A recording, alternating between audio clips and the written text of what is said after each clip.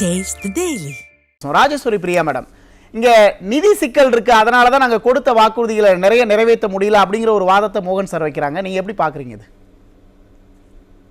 இப்ப முதல்ல வழக்கறிஞர் மோகன் அவர்கள் சொன்னது என்னன்னா, கிட்டத்தட்ட 1,20,00,000 பேர் இங்க அரசு உத்தியோகத்துல பெண்கள் இருக்காங்கிற மாதிரியே பேசுறாரு. எந்த விதத்துல நியாயம்? எத்தனை மொத்த அரசு வேலையை எவ்வளவு பேர் தமிழ்நாட்டுல? நீங்க என்ன கணக்கு சொல்றீங்க? இல்ல பிரைவேட் டீச்சர்லாம் வேலை செய்யலையா? பிரைவேட் டீச்சர்லாம் வேலை செய்யலையா? பிரைவேட்ல கிளர்க்லாம் இல்லையா? அதுதான் அடிப்படை. நீங்க எல்லாமே கவர்மெண்ட் சர்வெண்ட் சொல்றீங்க. தவறான இது பண்ணாதீங்க. நீங்க சொன்னது அனைத்து மகளிருக்கும் சொன்னீங்க. அதை பண்ண முடியலங்கிறத ஏத்துக்குங்க. அதை விட்டுட்டு இதுக்கு காரணங்கள் கற்பிக்காதீங்க. ஓகே, ஒரு 5 நிமிஷம் என்ன பேச விட்டுருங்க.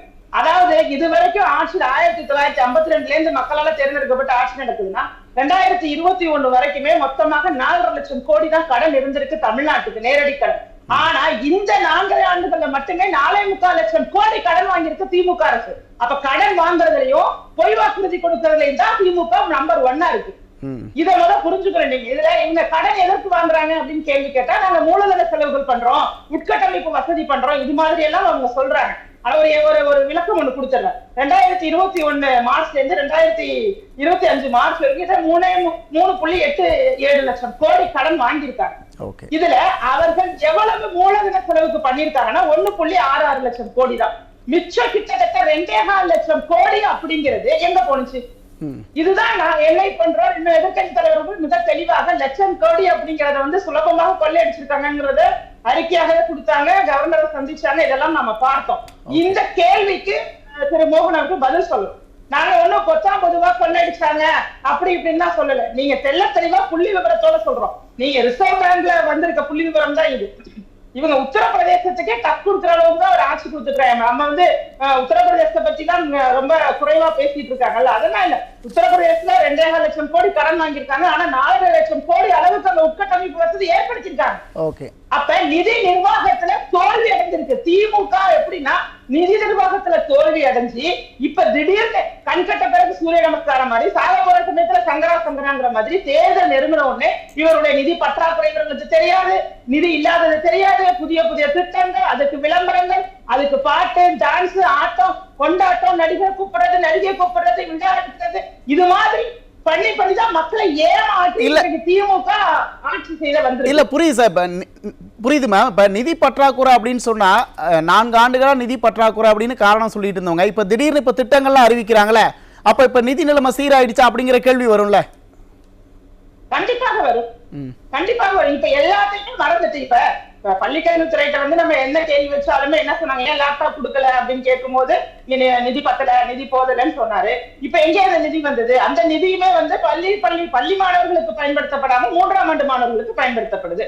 எல்லா இடத்துலயுமே மிகப்பெரிய கேள்விகள். மக்களை இவங்க என்ன நினைக்கிறாங்க, நிச்சயமா இந்த 3000 ரூபாய் கொடுத்தா ஓட்டு போட்டுருவாங்க, இலவச பேருந்து, இதெல்லாம் இல்ல. நாங்கள் மக்களோட நேரடியாக பழகிட்டு இருக்கோம். பெண்கள்கிட்ட நான் கேட்டேன், என்னமா பொங்கல் பரிசு 3000 வந்துட்டுல அப்படின்னு கேட்ட உடனே அதற்காக எல்லாம் நாங்க திமுக ஓட்டு போட மாட்டோம் அப்படின்னு சொல்லி அவங்க வரிசையா அடுக்குறாங்க. பெண்களுக்கு பாதுகாப்பு இல்ல, போதைப் பொருள் புழக்கம் அதிகமாயிட்டே. இன்னைக்கு பாருங்க, நியூஸ் பாருங்க, கஞ்சா குடித்தார் மகன், கஞ்சா குடித்தார் தாய் தகப்பன் 2 பேரும் சேர்ந்து அந்த மகனை கொலை செய்திருக்கிறார்கள்.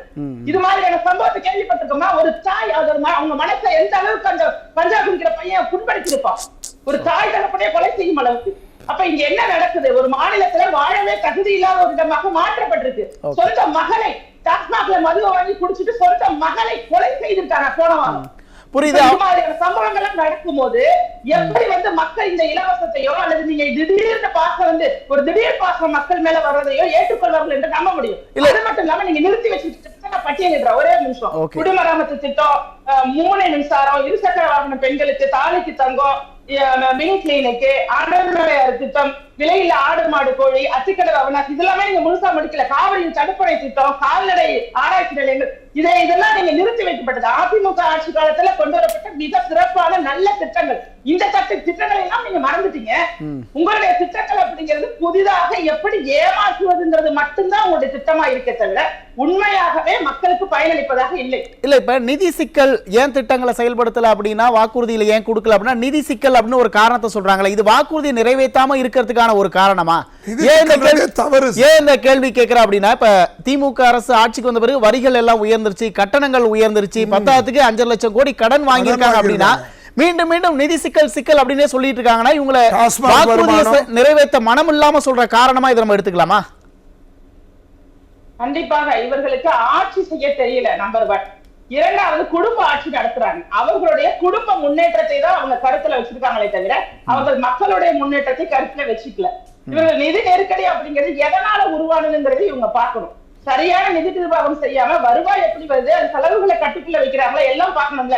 நீங்க கடனை வாங்கி இலவசங்களை கொடுக்கறது, இல்லாத வேலை பண்றது, இது மாதிரி பண்ணிட்டு இருந்தீங்கன்னா உங்களுக்கு எப்படி நிதி நிர்வாகம் தெரியுதுன்னு சொல்ல முடியும்? நீங்க வளர்ச்சிக்கிறீங்க ஒரு பக்கம், இன்னொரு பக்கம் அதிகமாக கடன் வாங்கக்கூடிய மாநிலமாக இருக்கு அப்படிங்கிற இடத்தை நோக்கி நம்ம நடந்துட்டு இருக்கோம். அப்ப இது எல்லாத்தையும் பேலன்ஸ் பண்ணி பார்க்கும்போது முதல்வர் மு.க. ஸ்டாலின் அவர்களுக்கு நிர்வாகத்திறன் போதலைங்கிறதுதான் நாம புரிஞ்சுக்க வேண்டியது. நிர்வாகத்திறன் போதல அப்படிங்கிற இடத்துல இன்னொன்னு முக்கியமா பார்க்கணும், மக்களை பற்றிய ஒரு எண்ணம் இல்லை அப்படிங்கறது. இவங்க விளம்பரம் என்ன பண்ணிக்கலாம், நான் உங்களை நேசிக்கிறேன், பார்க்ல பேசுறது, பாட்டு பாடுறது, இது மாதிரி நுணுக்கமாக ஏதோ ஒரு அமைப்பு, ஒரு கம்பெனி ஒண்ணு வச்சுக்கிட்டு அந்த கம்பெனி உங்களுக்கு ஐடியா கொடுத்து மக்களை எப்படி போய் சென்றடைகிறது அப்படிங்கிறதுக்கு பண்ற செலவு மிக அதிகம். இன்னும் குறிப்பாக அரசு பணத்தை பயன்படுத்தி தன் கட்சிக்கு விளம்பரங்களை செய்து கொள்வாங்க. இப்ப கனவு காணுங்கள் அப்படிங்கிற திட்டம், அப்படி போய் உங்க கனவை சொல்லுங்கிறாங்க. அந்த திட்டத்துக்கு 50,000 தன்னார்வலர்களை போடுறாங்க. அந்த தன்னார்வலர்கள் அப்படிங்கிறவங்க அங்க போய் உட்கார்ந்துட்டு திமுகவுக்கு பிரச்சாரம் செய்யறதுக்காக அரசு பணத்தை வீணடிக்க போறாங்க. அப்ப ஒட்டுமொத்தமாகவே அரசு பணத்தை பயன்படுத்தி திமுக அப்படிங்கிறது மிக நுணுக்கமாக மக்களை சென்றடையலாம் நினைக்கிறாங்க. இது எல்லாமே இப்ப சிந்திக்க தொடங்கிட்டாங்க. நான் சொன்ன கருத்து நான் சொல்லல, மக்கள் சொல்றாங்க. எங்களுக்கு தேவையான அடிப்படை தேவை எல்லா விலைவாசிகளையும் கொண்டு வந்துட்டாங்க. எல்லா நீங்க சொன்னது போல சொத்து வரியா இருக்கட்டும், வரி அனைத்து வரிகளும் இருந்துட்டு மின் கட்டணம் மாதம் குறிப்பிடுவாங்கன்னு சொன்னாங்க, அதுவும் குறிக்கிறது இல்ல. அவர்கள் சொன்னது அப்படிங்கிறதுல 12% தான் நிறைவேற்றி இருக்கிறதா எல்லாருமே ப்ரூவ் பண்ணியாச்சு. அனைத்து கட்சிகளுக்குமே தெரியும் அவங்க நிறைவேற்றப்பட்ட வாக்குறுதிகள் லிஸ்ட்ல 12% தான் இருக்கு. மீதம் இருக்கக்கூடிய 80% எப்ப நிறைவேற்ற போறாங்கிறது எங்களோட கேள்வி. நம்ம தொடர்ந்து 4 மாசத்துல இந்த 4 மாசத்துல அவங்களால நிறைவேற்ற முடியாது. ஆனால் மக்களை ஏமாற்றுவதற்காக மீண்டும் ஏதாவது பொய் சொன்னாங்கன்னா, இன்னைக்கு இடைநிலை ஆசிரியர் மரணிச்சிருக்காருல்ல, அது மரணம் கிடையாது, தற்கொலை கிடையாது, அது ஒரு கொலை. நீங்க பொய் வாக்குறுதி கொடுத்ததுனால நடத்தப்பட்ட ஒரு கொலை அது.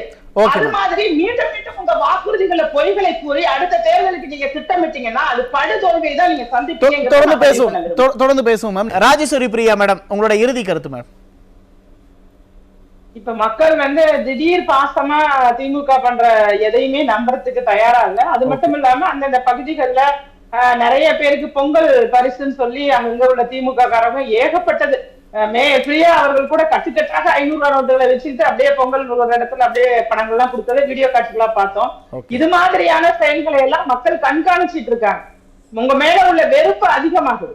அதைத்தான் புரிந்து கொள்ள வேண்டும். எங்கிட்ட நீங்க கொள்ளடிச்சு வச்சிருக்கீங்க அப்படின்னு சொல்லி அவங்க வயிற்றெரிச்சல் படும் அளவுக்கு நீங்க நடந்துக்கிறது அப்படிங்கிறது மிகப்பெரிய ஒரு தாக்கத்தை உருவாக்கும். அந்த தாக்கம் திமுகவை விரட்டி அடிப்பதற்கு நிச்சயமாக உறுதுணையாக இருக்கும்.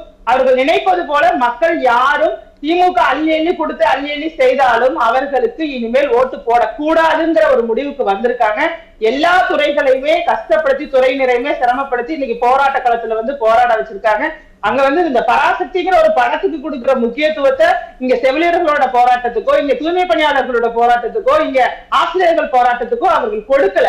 அங்க தீ பரவட்டும் அப்படிங்கிற ஒரு சினிமாவில் வர்ற வசனம் அப்படிங்கறத அவங்க ஏற்படுத்தி பெரிய பிரம்மாண்டமா இங்க தீ பரவிட்டு அந்த தீயை அணைக்க முடியாம இங்க இருக்கோம். இவ்வளவு பேரு எவ்வளவு சிரமப்பட்டு போராடி உயிர் நீக்கிற அளவுக்கு இங்க பரவிட்டு, அப்ப அந்த அளவுக்கு திமுகவுடைய ஆட்சி மிக மோசமானதாக இருக்கு.